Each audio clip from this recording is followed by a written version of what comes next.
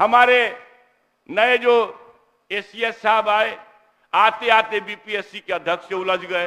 ये सार्वजनिक है, सब जानते हैं। फिर उलझ गए, पता नहीं उलझने में उनको वो माहिर है और क्या करते हैं। माननीय मुख्यमंत्री जी ने हमसे कहा कि चंद्रशेखर जी, सुन लीजिए आपके बारे में फायदा होगा। माननीय मुख्यमंत्री जी ने हमको कहा, चंद्रशेखर जी आप तो लगता है बीजेपी वाला से सलाह ले लेते हैं। हमारे ऊपर आरोप लगाए, आप लगता है बीजेपी वाला सलाह ले लिए, लेकिन मेरे हर मांग को, एक आध को छोड़ करके मेरे प्रस्ताव लिखित जो हैं, मेरे पास दस्तावेज है डेट सहित, मेरे हर मांग को, सुधार के हर मांग को माना गया।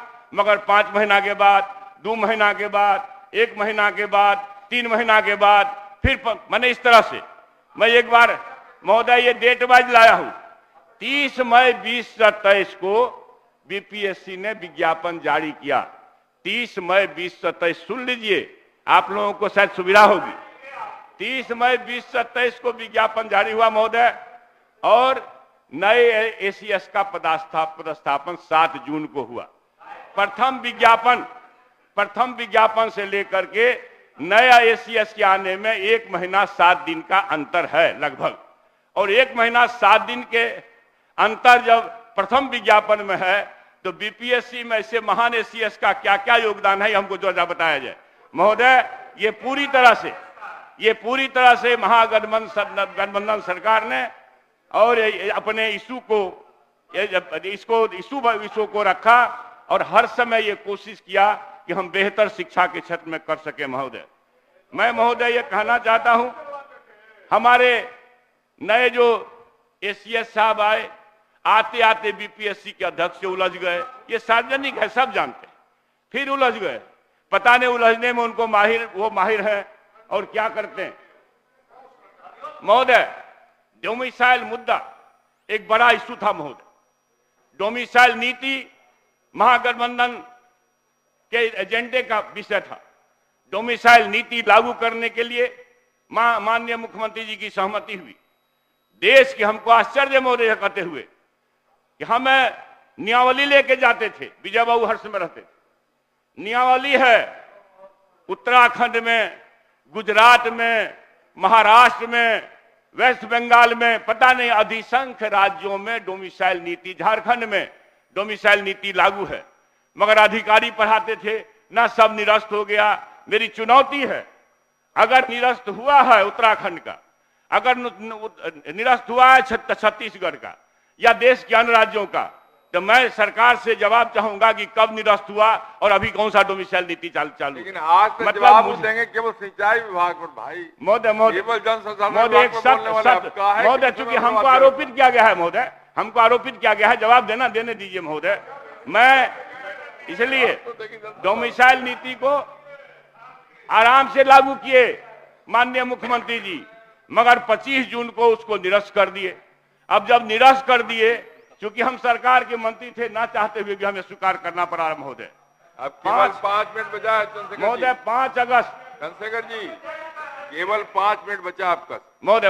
अब लोग डिस्टर्ब किया महोदय। 5 अगस्त महोदय 5 अगस्त को सर्वदलीय बैठक हुई, जिसमें राजकर्मी का दर्जा दिया गया महोदय, और पदस्थापन नीति महोदय, और अलग से परीक्षा लेने पर सहमति हुई 5 अगस्त को। निगेटिव मार्किंग हटाने के लिए जब मैंने कोशिश किया, 2/6/2023 को लिख के दिया, लेकिन उस समय नहीं मानी गई। 18/8 मेरे सलाह के 2 महीना के बाद बीपीएससी परीक्षा से निगेटिव मार्किंग हटाई गई महोदय। मैं महोदय यह कहना चाहता हूं, प्रस्ताव आया मेरे पास नियोजित शिक्षकों को लेटरल एंट्री शिक्षक बनाने का। लेटरल एंट्री के मानक नियम हैं भारत सरकार में, उससे इतर शिक्षकों को अपमानित करने का शब्द प्रयोग करना ठीक नहीं था महोदय। मैंने मतलब संचिका पर दिया और यह कि नहीं, लेटरल एंट्री शिक्षक का हम विरोध किए महोदय, तब उसका नाम विशिष्ट शिक्षक नियावली हुआ महोदय। 27 अक्टूबर 2023 को राजकर्मी बनने पर विशिष्ट शिक्षक नियावली के कठिन प्रावधानों के विरुद्ध मेरा मंतव्य था महोदय। कुछ तो माने गए कुछ तो माने गए। अगर सारे प्रस्ताव माने जाते तभी शिक्षक आंदोलन को मजबूर नहीं होते महोदय। मैं आप लोगों से कहना चाहता हूं महोदय, 18 दिसंबर 2023 को विशिष्ट शिक्षक नियमावली के निरूपण की संचिका मेरे पास आई। एसीएस से नहीं महोदय, मुख्य सचिव के माध्यम से आई। अब समझ लीजिए महोदय क्या स्थिति है, राजपाट कैसे चलता है। एसीएस के माध्यम से नहीं, सीएस के माध्यम से आई मेरे पास संचिका महोदय। और जो मैंने मंतव्य दिया कठिन प्रावधानों को हटाने का, जो अनावश्यक था, अतार्किक था, अदूरदर्शी था, गैर वैधानिक था, मैंने उस पर मंतव्य दे करके अध्यापक नियमावली 2023 विशिष्ट शिक्षक नियमावली में जो प्रस्ताव दिए, अधिसंख्य प्रस्ताव को माना गया, कुछ आवश्यक प्रस्ताव को नहीं माना गया, जिसके कारण शिक्षक अभी परेशानी झेल रहे हैं महोदय। पदस्थापन की क्रूर नीति कौन है जानते? हम कहते हैं हम शिक्षा क्षेत्र में बेहतर काम करना चाहते हैं, तो क्या पदस्थापन दंड के रूप में देंगे? सासाराम की लड़की किशनगंज की लड़कियां बच्चियां सासाराम में, मधेपुरा की बच्चियां बेतिया में, बेतिया की बच्चियां मधेपुरा में महोदय। माननीय मुख्यमंत्री जी के सहमति के बावजूद भी विजय बाबू के नेतृत्व में बैठक हुई महोदय, और निर्देश विजय बाबू ने दिए।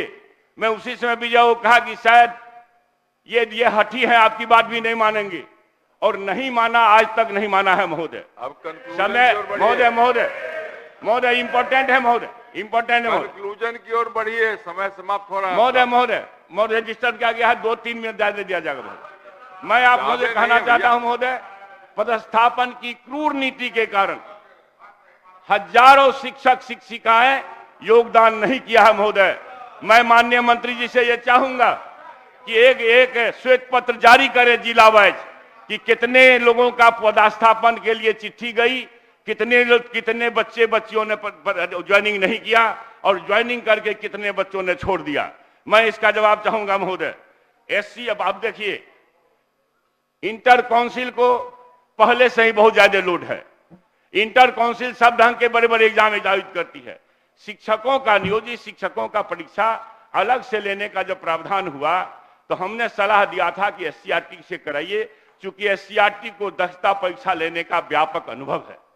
जब एक शिक्षक जब दक्षता परीक्षा पास कर गया तो पुनः उसकी परीक्षा की क्या जरूरत। फिर भी ऑफलाइन चूंकि परीक्षा एससीईआरटी लेती है, उस समय मेरी बात नहीं मानी गई, मगर बाद में माननीय मंत्री जी का और एसीएस साहब का ये आया है फरमान कि हम 2 बार ऑफलाइन भी लेंगे।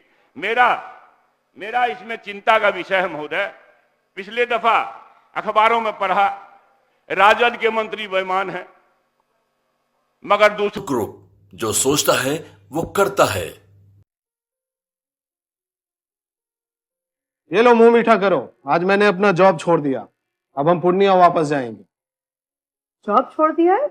मतलब ये घर कैसे चलेगा? हम करेंगे क्या? और माँ बाबूजी क्या बोलेंगे? इसलिए मैं एक और मिठाई का डब्बा लाया।